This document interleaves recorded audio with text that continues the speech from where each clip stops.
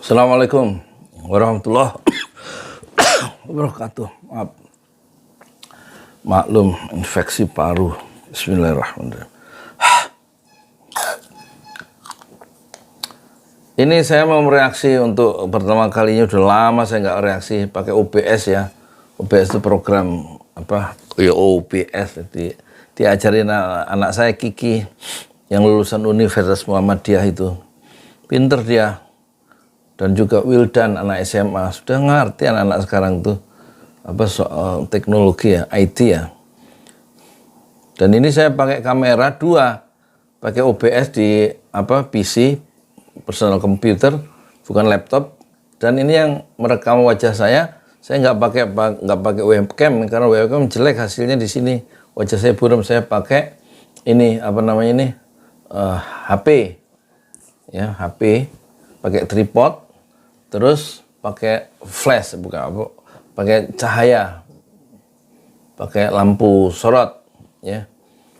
Karena sekarang jam berapa ini? Jam 10.16 ya. Supaya wajah saya lebih bright, lebih ganteng. Kita mulai ya. Ini dari Abraham Samad Speak Up. Lamanya 42 menit. Mungkin nggak semua ya.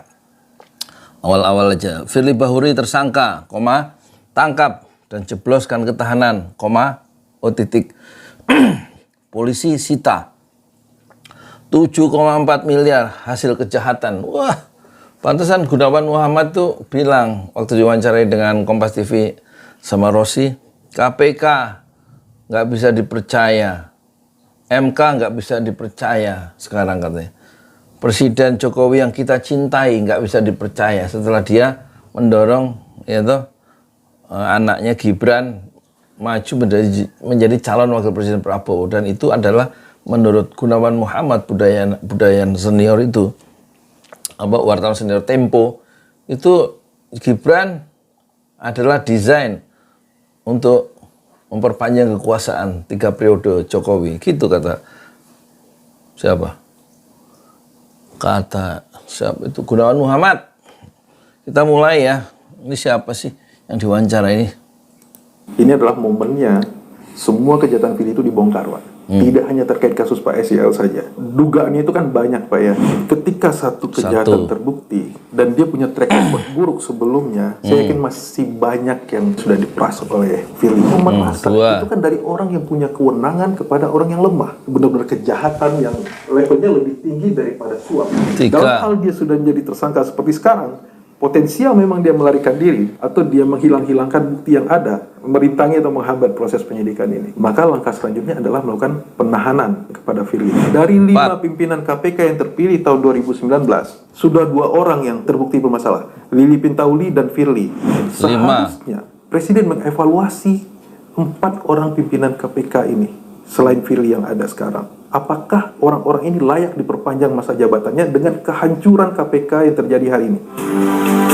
Kehancuran KPK.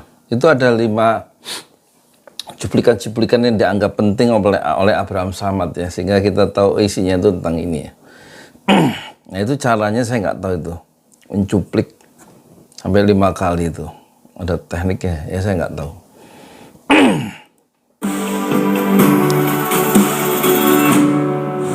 Selamat datang di channel Abraham Samad Speak Up. Seperti biasanya saya tidak sendiri. Hari ini saya menghadirkan sahabat saya, mantan penyelidik KPK yang sudah lama bertugas di KPK, Bung Aulia Postira.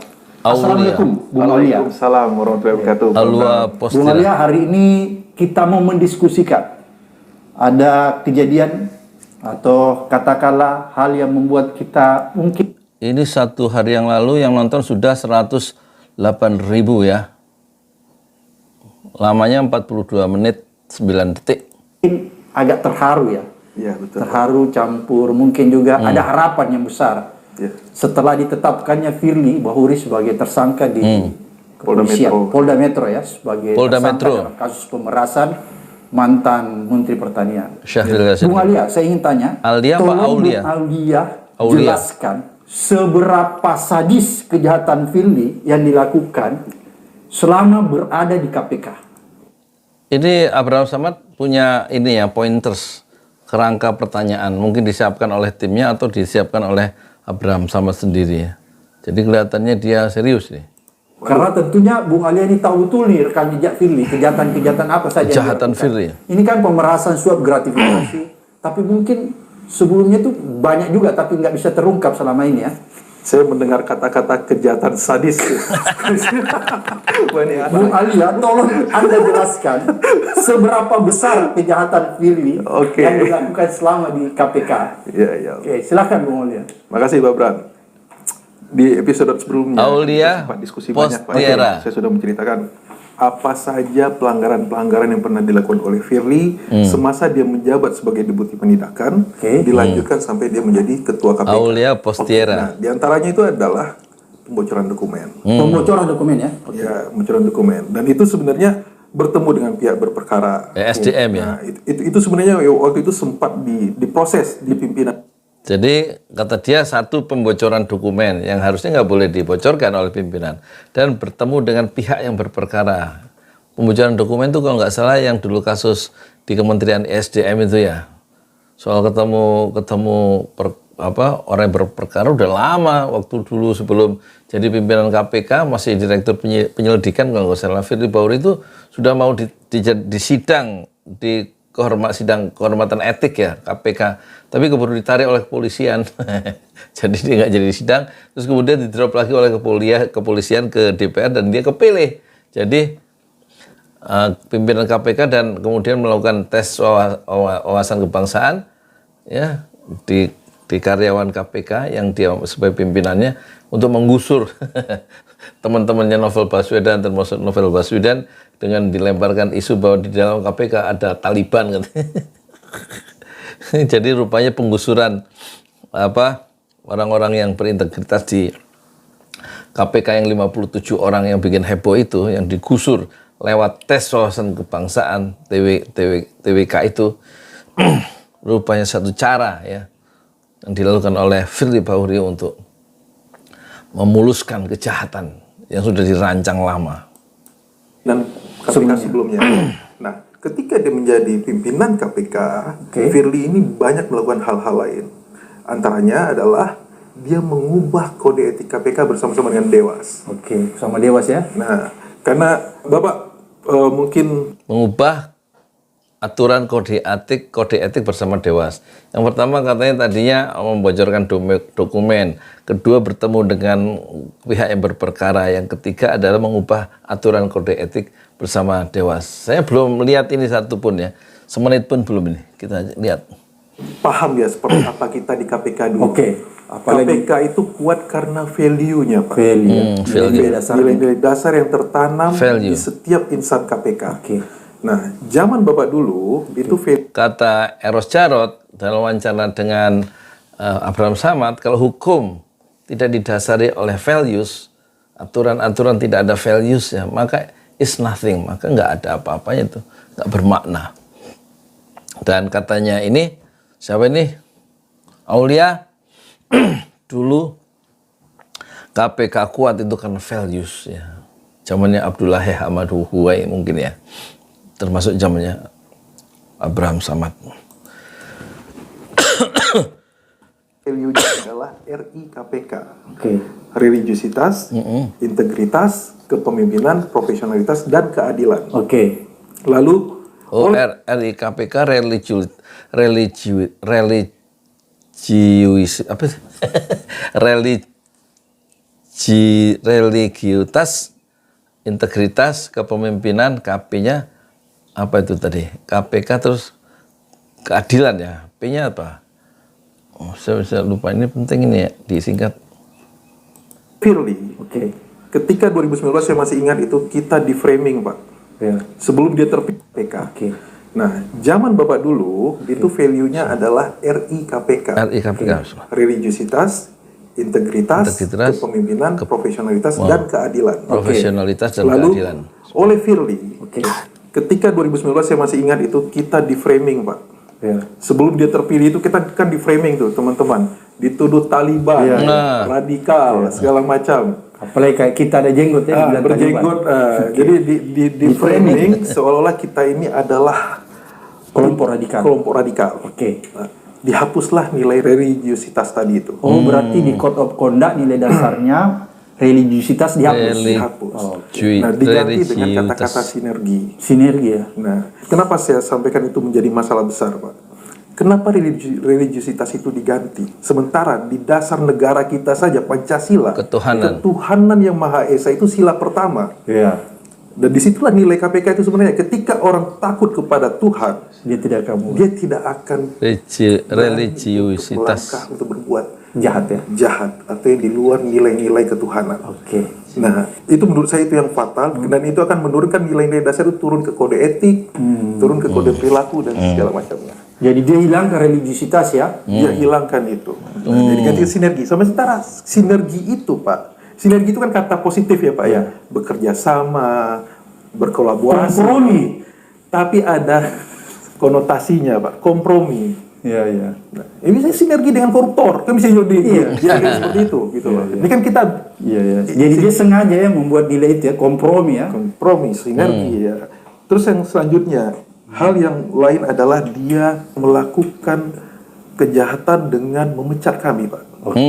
Waktu itu ada 57 plus 1 pegawai KPK diikutkan TWK. Padahal sebenarnya kalau kita bicara undang-undang KPK, tidak ada urgensi dari KPK untuk melakukan asesmen ulang. Itu kan harusnya prosesnya cuma ya udah dia berganti.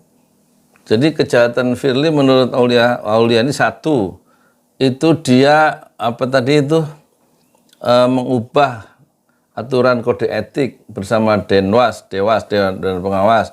Kemudian dia membocorkan dokumen. Ketiga, kata ini menemui atau bertemu dengan pihak yang berperkara. Dan kemudian yang keempat, menghilangkan kata religiusitas ya. Diganti dengan sinergi yang konotasinya sinergi itu bagus, berkolaborasi, tapi juga bisa menjadi negatif karena kemudian berkompromi dengan koruptor. Terus yang kelima, itu tadi memecat 57 plus 1 KPK orang lama. Orang yang berintegritas, yang nilai-nilai yang dulu dibangun dalam KPK sebelum Firly itu adalah RI KPK, yaitu R-nya religiusitas, apa sih? Religiusitas, kemudian I-nya integritas, KPK, K-nya itu kepemimpinan, P-nya itu profesionalitas, dan K yang terakhir adalah keadilan. Itu yang dihilangkan oleh Firly Bahuri ya, mengubah nilai-nilai values dalam KPK. Ada 5 kejahatan. Dialih status jadi pegawai negeri. Dibuatlah tes wawasan kebangsaan itu dimanipulasi, padahal kami menduga orang-orang ini sudah ditarget. Mayoritas dari kami yang dipecat adalah orang-orang yang vokal di kantor. Orang yang bisa membocorkan dia punya kejahatan. Yang bisa membocorkan atau melawan dia. Ketika dia melakukan pelanggaran. Nah, dilakukan bukan pelanggaran kan, yang dilakukan kejahatan kan? Kejahatan. Saya harus luruskan, karena kejahatan kayak pemerasan itu kan kejahatan, bukan pelanggaran. Betul, siap. Nah, dari proses pemecatan itu, Pak. Ini saya jujur, Pak ya. Di 2021 itu 1 bulan setelah kita dipecat, 1 orang dari teman kita meninggal, Pak. Namanya Nanang Priyono. Almarhum ini orang baik, bukan orang yang vokal juga. Tapi dia bekerja di Biro SDM yang memproses alih tugas ini menjadi pegawai negeri. Dan dia sangat terpukul ketika dia masuk ke dalam kelompok kami 57 orang ini. Dan itu kesehatannya menurun dan sampai meninggal. Walau penyebabnya apa, takdir Allah, tapi ada andil orang ini atas hancurnya psikologi teman kita itu, Pak. Berlanjut ya sampai kita dipecat dan kami di blacklist, Pak. Saya ingat tuh Alex Marwata itu sempat bilang kami itu adalah orang yang sudah merah dan tidak dapat dibina. Pak, itu ini Alex ya? Alex. Dia ketika dia konpres. Alex itu adalah ini yang kemarin bikin konferensi pers dan mengatakan dia bangga dengan Firly Bahuri, dipimpin oleh Firly Bahuri, meskipun sudah tersangka, tapi kan kita harus punya asas praduga nggak bersalah gitu ya. Jadi belum tentu bersalah. Jadi dia bangga dipilih oleh dipimpin oleh Firly Bahuri, kata Alex Marwata. Tapi Alex Marwata rupanya menjadi catatan bagi orang 57 yang dipecat di zamannya Firly itu. Jadi Alex Marwata tentulah orangnya Firly. Dan biasanya, makanya ada suara sekarang, kalau bisa, kalau usulan saya semua pimpinan KPK itu harus mengundurkan diri atau tidak diperpanjang ya. Karena biasanya orang yang berkumpul dalam satu komunitas itu adalah satu tipe. Jadi nggak jauh. Kenapa kau tahu satu tipe? Ya itu kata Rasulullah, kalau kita berkumpul sama orang yang menjual minyak wangi, kita kena bau wanginya itu setidak-tidaknya. Tapi kalau kita berkumpul sama komunitas tukang las, kita akan kena bau lasnya itu.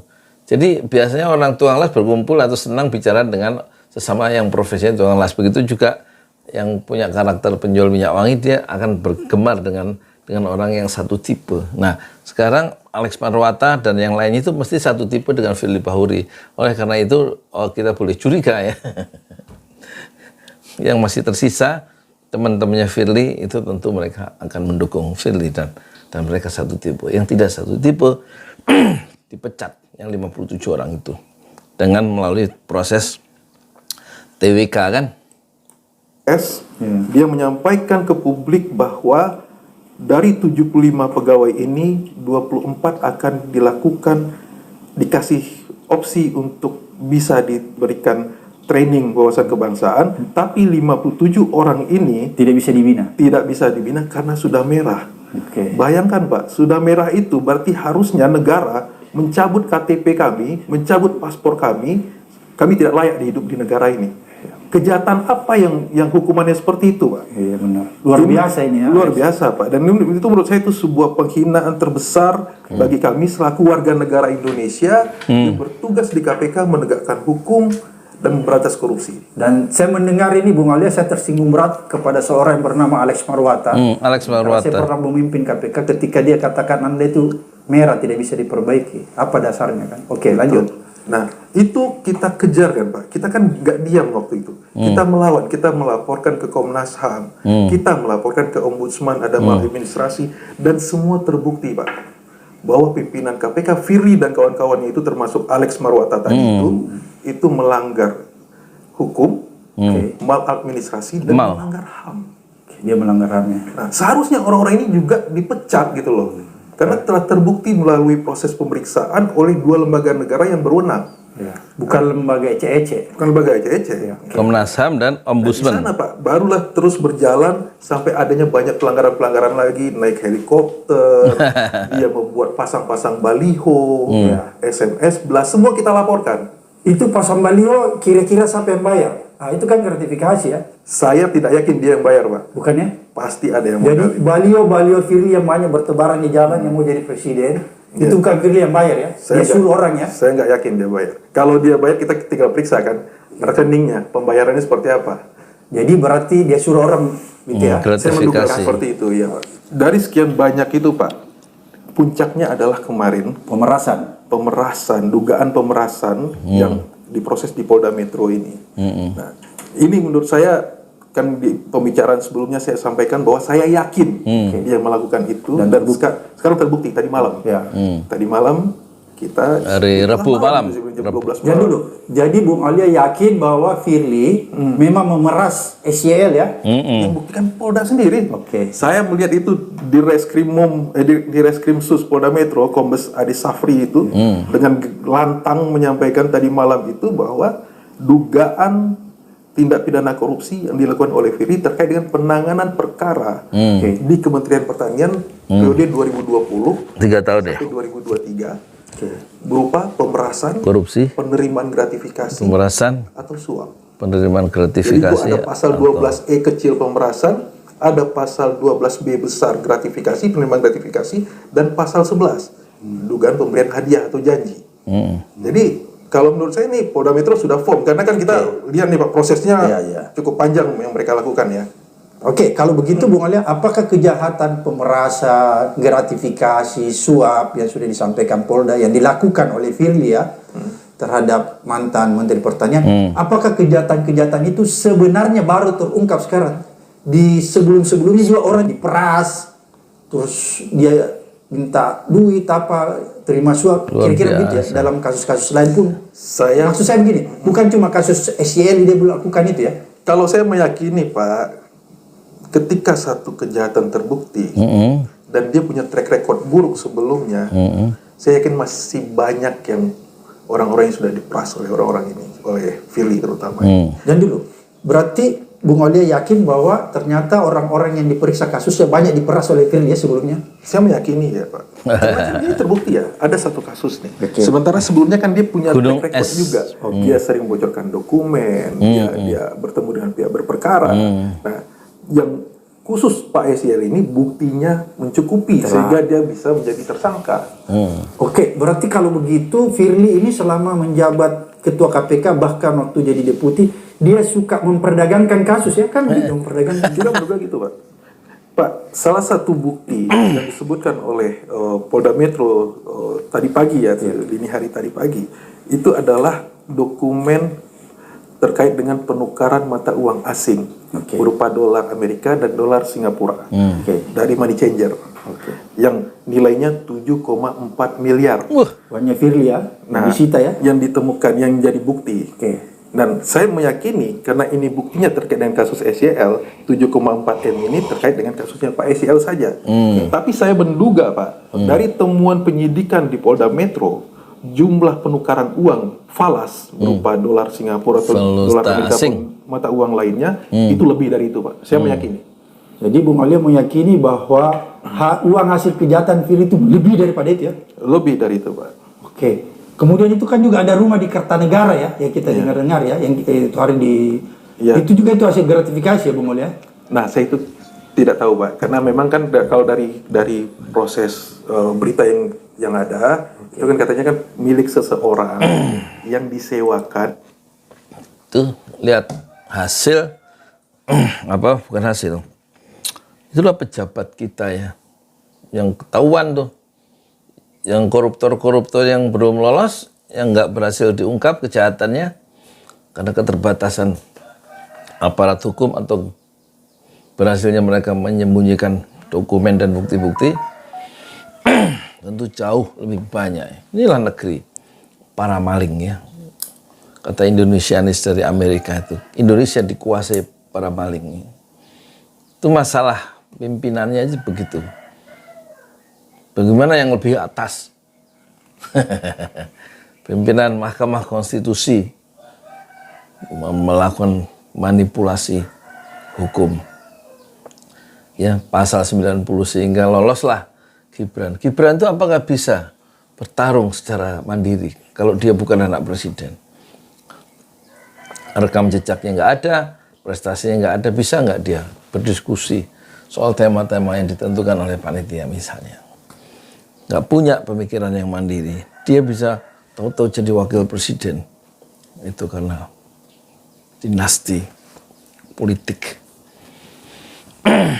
Jadi kalau Amin Rais jadi presiden, yang pertama harus dilakukan oleh Amin, oleh Anies Rashid Baswedan, dan Caimin adalah mengeluarkan semua tahanan politik sebenarnya pada minggu pertama itu dikeluarkan yang ditahan oleh rejim sekarang banyak sekali. Terus yang kedua dihapuskan presiden threshold itu jadi 0%. Jadi nanti setelah Anies itu selesai jadi presiden yang pertama, periode pertama, dia akan menghadapi kenyataan, bertarung oleh puluhan, mungkin belasan calon presiden. Karena nggak ada lagi 20% presidential threshold itu. Itu membuat kita nggak punya pilihan-pilihan. Masa kita suruh milih Prabowo dan Gibran sebenarnya? Dari Prabowo Gibran mendingan saya milih Fahri Hamzah atau Fadlizon atau Anies Mata daripada Gibran, ya kan? Ya udah dulu ya, nanti kebanyakan juga bosen ngelihat saya. Silakan diteruskan, ini bagus tapi saya belum lihat ya, baru 12 menit yang kita reaksi ya. Masih ada 30 menit lagi. Moga-moga ada gunanya. Assalamualaikum warahmatullahi wabarakatuh. Dan digunakan oleh pilih sebagai